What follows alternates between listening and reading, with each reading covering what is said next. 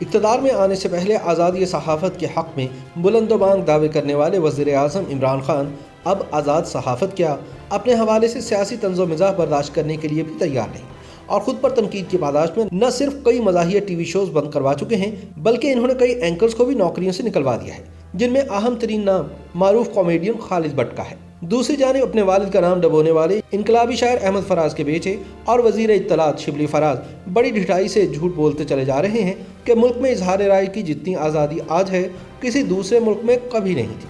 لیکن comedian Khalid but کہتے ہیں کہ نئے پاکستان میں نہ تو عوام آزاد ہیں اور نہ ہی صحافت اور نہ ہی وزیر اعظم عمران خان۔ وہ کہتے ہیں کہ وزیر اعظم خود یہ انکشاف کر چکے ہیں کہ خفیہ ایجنسیاں ان کی تمام فون کال سنتی ہیں، یعنی پاکستان ایک ایسا ملک ہے جس کا وزیر اعظم بھی آزادی سے فون پر بات نہیں کر سکتا، لہٰذا جب وہ خود آزاد نہیں ہیں تو ہم لوگوں کو کیسے آزادی سے بات کرنے کی اجازت دے سکتے ہیں۔ اسی وجہ سے نیو ٹی وی پر ان کا چلنے والا طنز و مزاح کا پروگرام خان صاحب کے دباؤ پر بند کروا دیا گیا اور ان کو نوکری سے فارغ کر دیا گیا۔ کامیڈین خالد بٹ کے بقول کچھ ماہ قبل لاہور ایئرپورٹ پر اپنی فلائٹ کا انتظار کرتے ہوئے ان کی تحریک انصاف سے تعلق رکھنے والے ایک وفاقی وزیر سے الیکس لیک ہوئی، تو اس کے جواب میں انہوں نے خالد بٹ کو کہا کہ تم نے تو اپنے پروگرام میں حد ہی پار کر لی ہے، کیا تمہیں اس پر کوئی پچھتاوا نہیں؟ خالد بٹ کا کہنا ہے کہ وہ سن کر حیران رہ گئے۔ ان کا کہنا تھا کہ پہل تو مجھے سمجھ ہی نہیں آئی کہ وزیر صاحب کس سمت میں بات کر رہے ہیں، پھر جب میں نے ان سے دریافت کیا کہ کیا وہ میرے کام سے متعلق بات کر رہے ہیں تو وہ ہنسنے لگے۔ پیغام بڑا واضح تھا، وہ دراصل ان کے پروگرام میں وزیر اعظم کے حوالے سے ہونے والے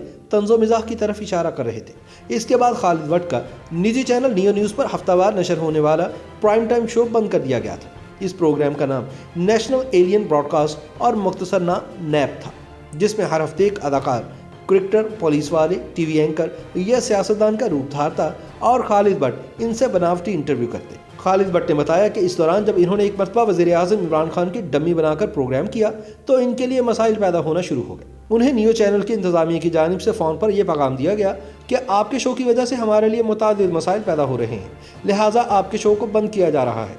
خالد بٹ کے لیے یہ فون کال ہرگز غیر متوقع نہیں تھی، کیونکہ ایف آئی اے کے سائبر کرائم سیل میں بھی ان کے خلاف ایک شکایت درج کروائی گئی تھی، جس میں مدعی کا کہنا تھا کہ خالد بٹ کے شو میں وزیر اعظم عمران خان کی ہتک عزت اور کردار کشی کی گئی۔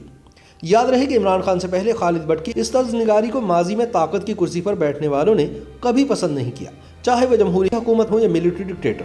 لیکن خالد بٹ کا کہنا ہے کہ ماضی میں کسی حکومت یا ادارے نے ان کے شو بند کروانے کے لیے دباؤ نہیں ڈالا۔ خالد بٹ کا کہنا ہے کہ ماضی پر اب نظر ڈالتا ہوں تو مجھے پشیمانی ہوتی ہے کہ ہم نے اپنے شوز میں سابق صدر آصف علی زرداری اور سابق وزیر اعظم نواز شریف کے ساتھ کافی زیادتی کی۔ ہم نے بچگانہ حد تک مزاح کے نام پر ان پر ذاتی حملے کیے، لیکن پھر بھی کبھی ہمارے ساتھ ایسا سلوک نہیں ہوا کہ ہمارا شو ہی بند کروا دیا گیا ہو۔ خالد بٹ کے مطابق عمران خان کے دور میں ان کے شو پر چلائے گئے مواد کو تمام حدود پار کرنے کے مترادف قرار دیا گیا، حالانکہ انہوں نے مزاحیہ انداز میں صرف سیاسی تنقید کی تھی۔ اس سال جنوری میں خالد بٹ نے عمران خان کے اس بیان کو ظرافت کی چھری تلے رکھا جس میں وزیر اعظم نے مذاقاً کہا تھا کہ درد کش انجیکشن لگنے کے بعد انہیں نرسز حوریں دکھائی دینے لگی۔ اس خاکے میں وزیر اعظم کا کردار ادا کرنے والے اداکار اپنے آپ کو انجیکشن لگاتے ہیں، جس کے بعد خالد بٹ وزیر اعظم کا کردار ادا کرنے والے کو امریکی پاپ سٹار جینیفر لوپز دکھائی دینے لگ جاتے ہیں۔ یہ خاکہ کبھی ٹی وی پر نہ چل سکا۔ اپنا پروگرام بند ہونے کے بعد اب خالد بٹ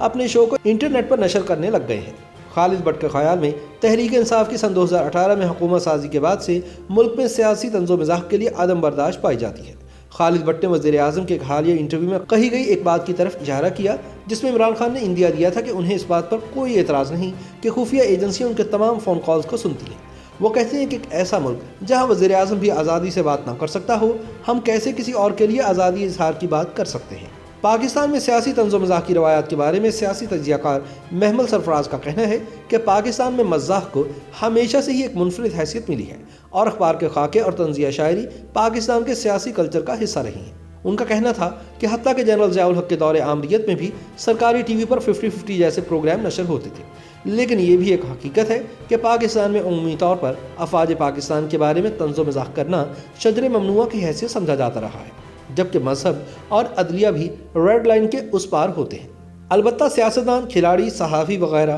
مزاح نگاروں کے لیے مشق سخن فراہم کرتے رہے ہیں، مگر اس وقت صورتحال بہت گھمبیر ہے۔ حکومت پر تنقید برداشت نہیں کی جاتی، حتیٰ کہ مزاحیہ انداز میں بھی حکومتی کارناموں پر روشنی ڈالنے کی اجازت نہیں ہے۔